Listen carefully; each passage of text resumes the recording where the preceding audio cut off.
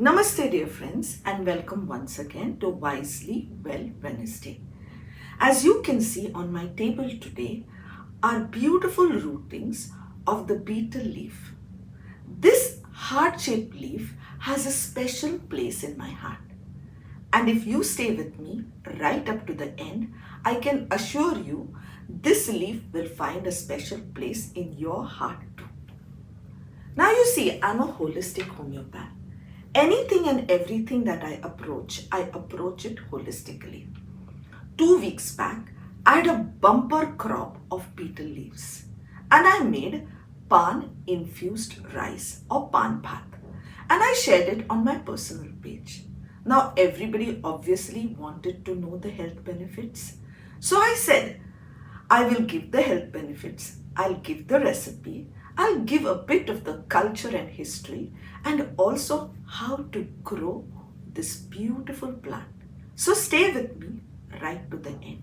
First, let us understand a bit of the history and the culture. Pan is a perennial plant and it grows abundantly in Southeast Asia and India. This leaf changes its flavor, its attitude and its culture by the company it keeps. So you see, when had just by itself, it is rich in riboflavin, it is rich in niacin, it is a great source of vitamin C and a great source of calcium. So if you are a vegan and not having milk and milk products, don't ask me where you're going to get your calcium from. Here is a rich source of calcium. But when this particular leaf is mixed with fennel seeds, the health benefits of which I shared 2 weeks back, cardamom, the green cardamom, some carom seeds ajwain, and had after dinner or lunch, especially after a heavy meal, as is the custom in India and Southeast Asia, it becomes a great digestive. Not only that, it helps to clean your mouth of bacteria and viruses, and it is a mouth freshener naturally. But when the same leaf gives company to catechu, which is the paste, katha, the paste of the archaea bark, and the betel nut, archaea nut, and chuna or lime, it gives that red saliva in your mouth. Now you can't keep it in the mouth, so you throw it out. And it has colored the walls and streets of India, giving India a bad name. All along, I used to feel there must be some solution to this until I reached Seattle. Seattle has a whole wall where people go and stick the chewing gum and has become a tourist attraction. I urge the Indian government to come up with such walls in cities where people cannot but spit out pink or their pan red saliva. Well, they should have walls with competition to the person who can shoot his saliva the highest and earn some dollars. Yes, if people can go and stand in front of a wall with people's dirty chewing gum stuck and share their photographs on social media, why don't we have a wall colored red like an art piece with people's spit on it, and then tourists go and stand and take a photograph? Just because it's done in US, it's good, and just because it's done in India, it's not good, not fair, isn't it? So come on, let's start changing, and maybe then people will stop spitting on the road, because if they spit on the road and on the public walls, they should be fined. On this wall, the person who shoots highest can be given an award, so they can stand there and try their skills. We will save, and we can put a barricade maybe 5 meters away so that the bacteria and the viruses from there don't come onto people. Really, I'm tired of the bad publicity that this leaf has got for no fault of its. But mind you, it is teaching us something. We become what our friends are. So be careful with the friends that you choose. Now this same pan, when it goes with tobacco, kimam as it is called, it becomes addictive. And these kimam pans are given in places which support sensuality, which support the increase of your sensual urges. And yes, pan is an aphrodisiac. But then again, pan is spiritual. Because Anjaneya Swami or Hanumanji in the south is adorned with a garland made from these leaves. People write Shri Ram with a little stick on the pan, roll it up and make a whole mala.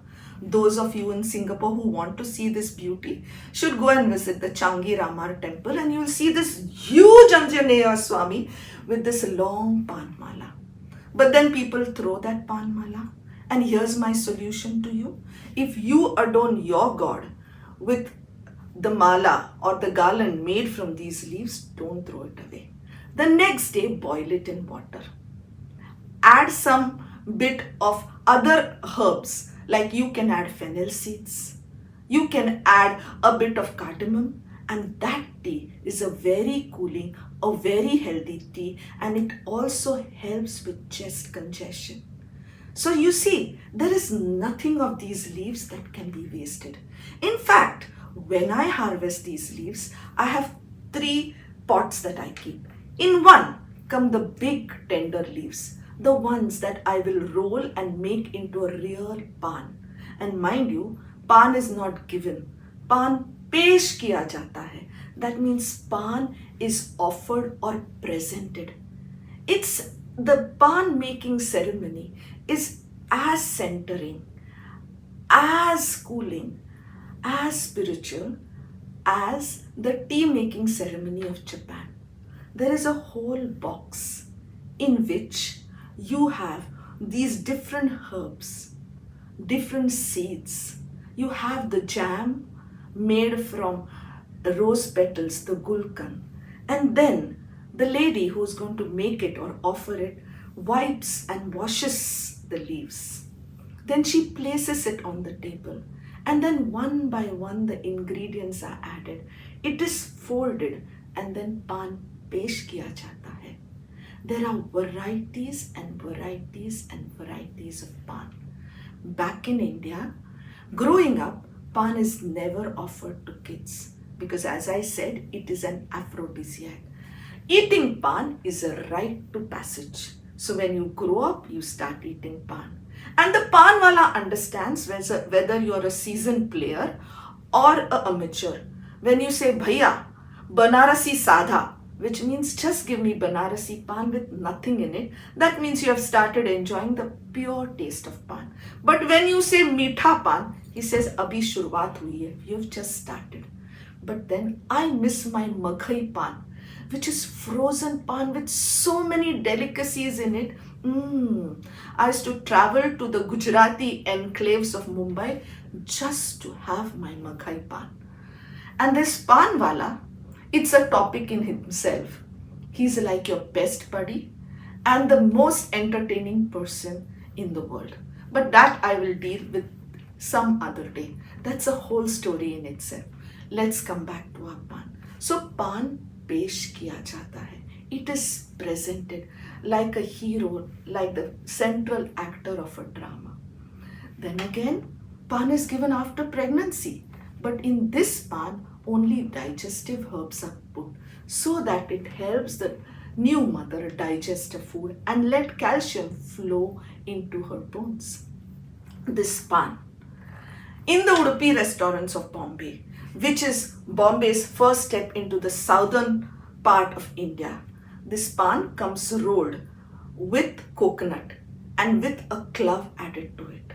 It is then that I realized that pan has a different significance in the south of India. During the Navratri, the Vattalapaka is 2 leaves of pan with 1 betel nut, which is given to every Sumangali at his wedded woman. You know why again? Because it is an aphrodisiac. In Indian marriages, the bride and the groom seldom knew each other. I'm talking about good old days. So we didn't have a custom where you said, may the groom kiss the bride. We had, may the bride give the groom pan. And well, There are ways in which pan can given on taken. I leave that to your imagination. Let's come back to our pan. Now this pan, as I said, when I harvest, I have 3 pots. The first is the big tender ones which I can fold and offer as pan. The second is the big but the coarse one, the old ones, which cannot be folded because they have lost their malleability, they are rigid, like all old people are. Then the third pot will have the tender but very tiny ones, or the crumbled ones, or not so good ones. All of them come in one pot. And then, of course, I have a last pot, fourth pot, or a fourth area where I keep my dried pan leaves and pan stems. I'll come to that also. So the first pot of those big tender leaves I will share with most of my neighbors. The second pot, which has the coarse leaves, I'll keep aside. The third pot with those not such nice looking leaves but tender leaves, I will give to 2 of my friends. One is Rajeshri Lele and another is Swati Gupte. Both of these ladies make a yummy tambulam. They add lots of ingredients to the cut pan, and that can be had as an after dinner paste, a digestive paste. I too make it at home, but these 2 ladies do a great job. Now Rajeshri runs her own online cookbook. Maybe she can share that recipe. She also comes up with a great pan chaat idea. What do I do when I have a lot of these kind of leaves and the other big leaves which are coarse? Well, I make my pan bhat or pan infused rice. That recipe I'll share with you in a short while. But the key is, what do I do with these dried, disfigured leaves? I sun dry them further and then I grind them and use it as body scrub. Yes, it is very invigorating, and pan has a lot of bacterial, antibacterial, antifungal, antiviral properties. So it takes away the fungus from your body. Yes, which grows in countries like Singapore and India where the humidity is high. So yes, even this comes to your aid.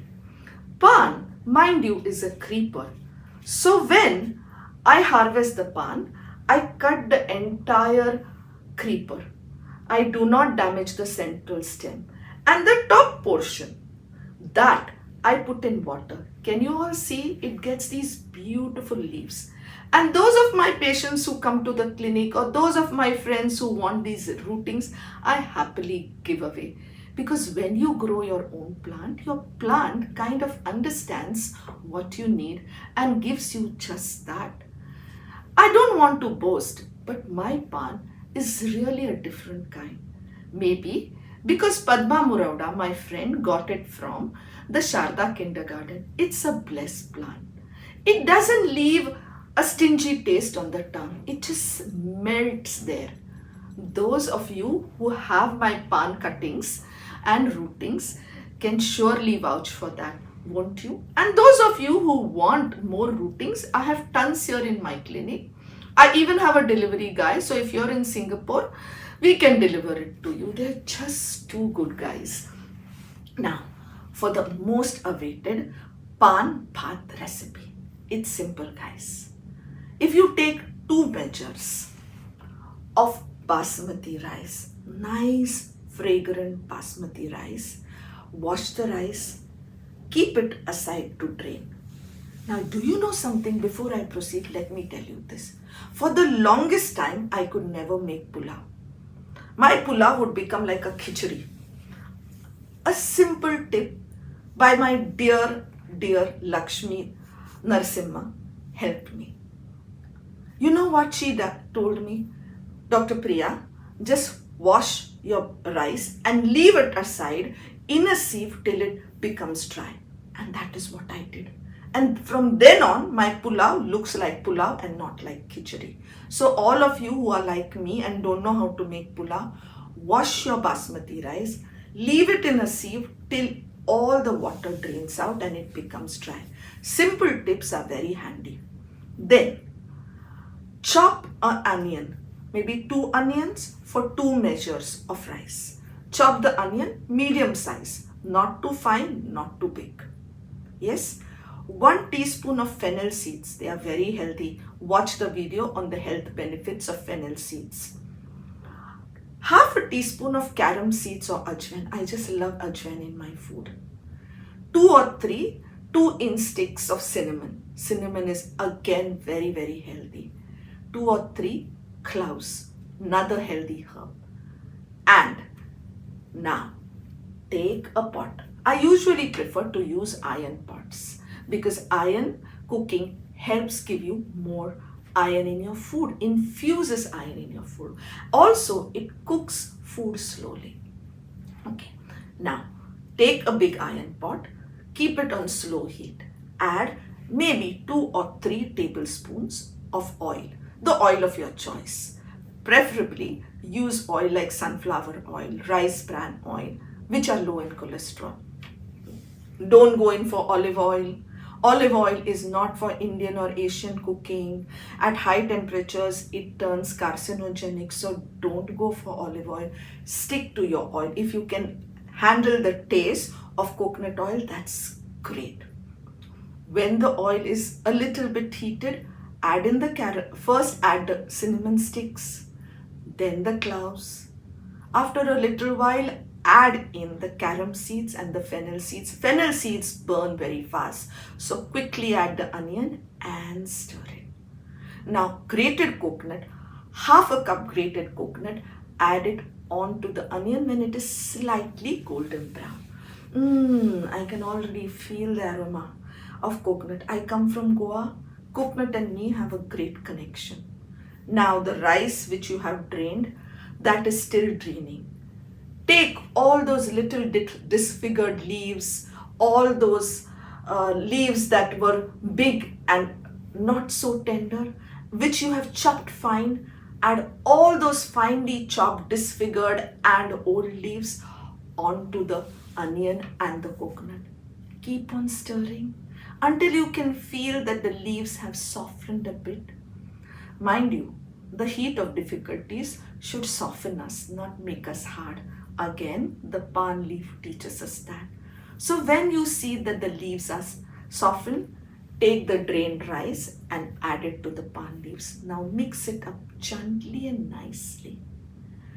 Put as much salt as your family can tolerate. Again, stir it nicely till that golden hue comes to the entire mixture. Now transfer this rice onto your rice cooker and add double the amount. So if it is 2 cups of rice, it will be 4 cups of boiling water. Start the rice cooker and turn your attention to making your side dish. As simple as that. This rice is going to be full of calcium from the betel leaf. Not only that, it will have the anti-cholesterol properties of the betel leaf. And then there will be other herbs like fennel and cinnamon and carom and the coconut all together. It is so delicious when paired with ripe mango curry. That's a recipe for another day. Or instant carrot achar. That's a recipe for another day.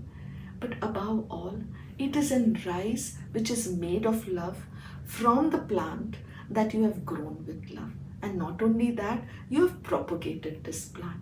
So do enjoy this recipe with your family and your friend. So you see, pan is not just after food mouth freshener. It can be a part of your food. It can come as a starter as pan chaat.